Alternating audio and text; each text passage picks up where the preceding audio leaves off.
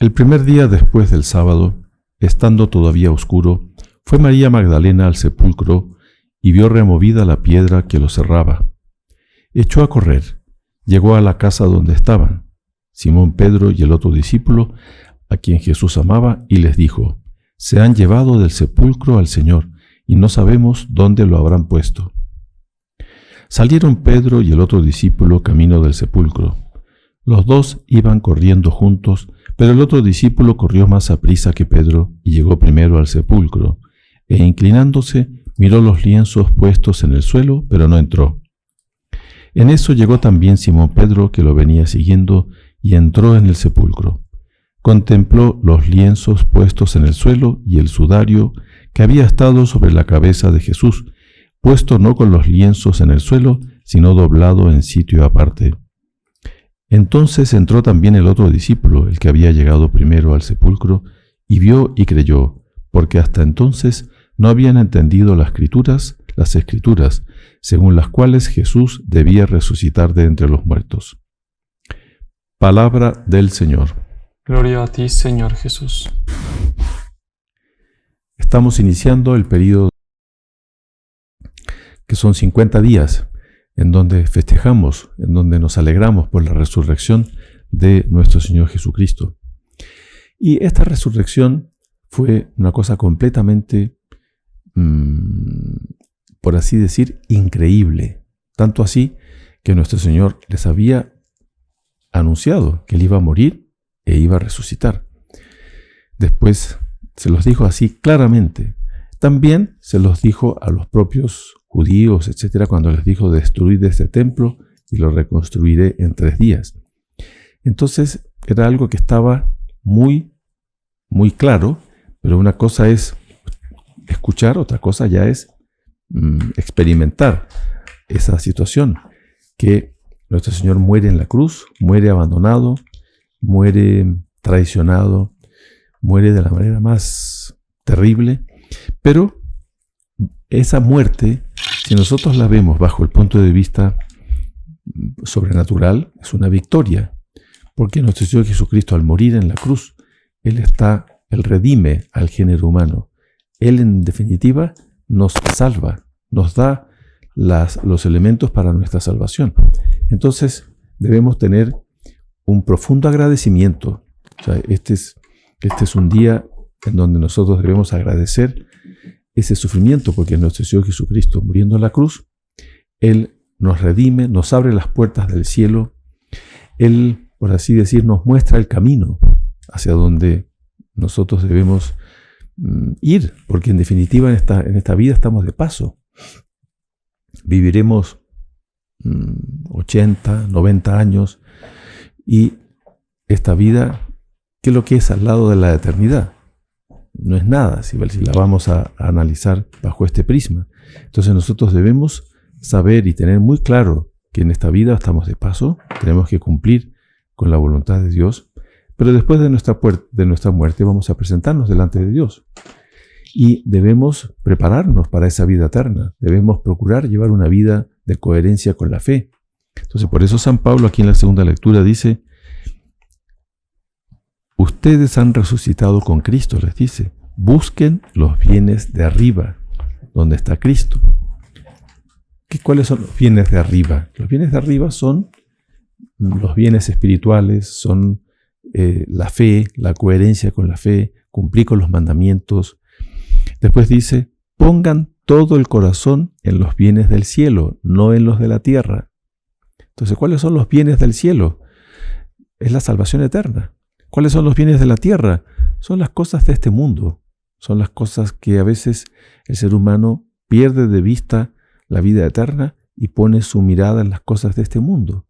Entonces ponemos el corazón en cosas concretas, materiales, en personas, en situaciones, en la fama, en el dinero, en los éxitos de este mundo.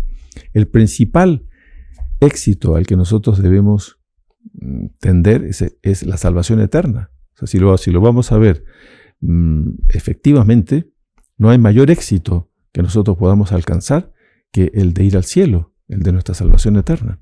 Entonces, San Pablo continúa, ¿no? Han muerto.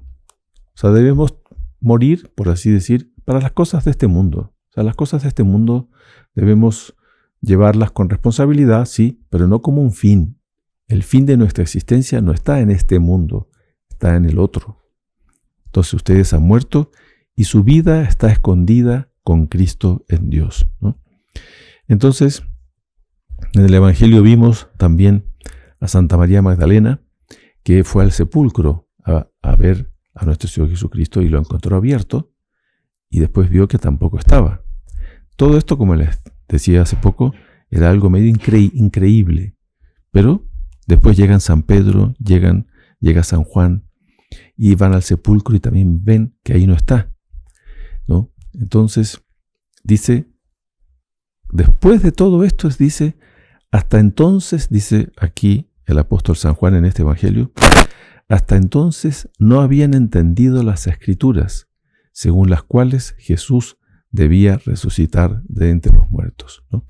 Entonces, en este primer domingo de Pascua, debemos alegrarnos por este triunfo de nuestro Señor Jesucristo sobre la muerte, este triunfo en donde Él redime al género humano, en que Él abre las puertas del cielo, en que Él nos muestra el camino de nuestra salvación. Debemos alegrarnos porque nuestro Señor Jesucristo está iniciando, por así decir, una nueva etapa de la historia. Por eso la historia se define antes de Cristo y después de Cristo. Entonces, Él funda la Iglesia Católica, de la que nosotros somos miembros, y debemos tener esa honra de ser miembros de la Iglesia Católica. Nunca avergonzarnos de ser católicos.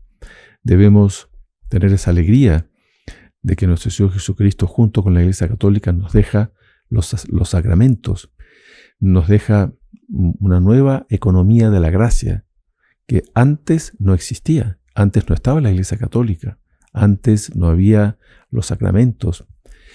Y otra cosa que no había también antes era la Santísima Virgen. En estos días hemos podido también contemplar ese papel discreto de la Santísima Virgen, discreto pero importantísimo, porque la fe en estos días en que nuestro Señor Jesucristo fue abandonado, se concentró en una persona, que fue la Santísima Virgen. En ella siempre hubo una fe perfecta, una fidelidad perfecta. O sea, nuestro Señor muriendo en la cruz, esa fe no desaparece, porque está presente en un alma extraordinaria que es la de la Santísima Virgen. Entonces pidamos en este inicio del tiempo pascual para que sepamos experimentar, ¿no?, esa alegría de fondo, esa felicidad, esa victoria, ese triunfo. Y ese triunfo, nosotros estamos recordando el triunfo que hubo, pero ese triunfo no es simplemente un hecho que se ha dado en la historia. Nosotros debemos desear siempre el triunfo del bien. Debemos desear la victoria sobre el mal. Entonces, esa lucha, ese triunfo, debemos querer que se dé dentro de cada uno de nosotros. Nosotros debemos luchar contra el mal que existe en nosotros como consecuencia del pecado original.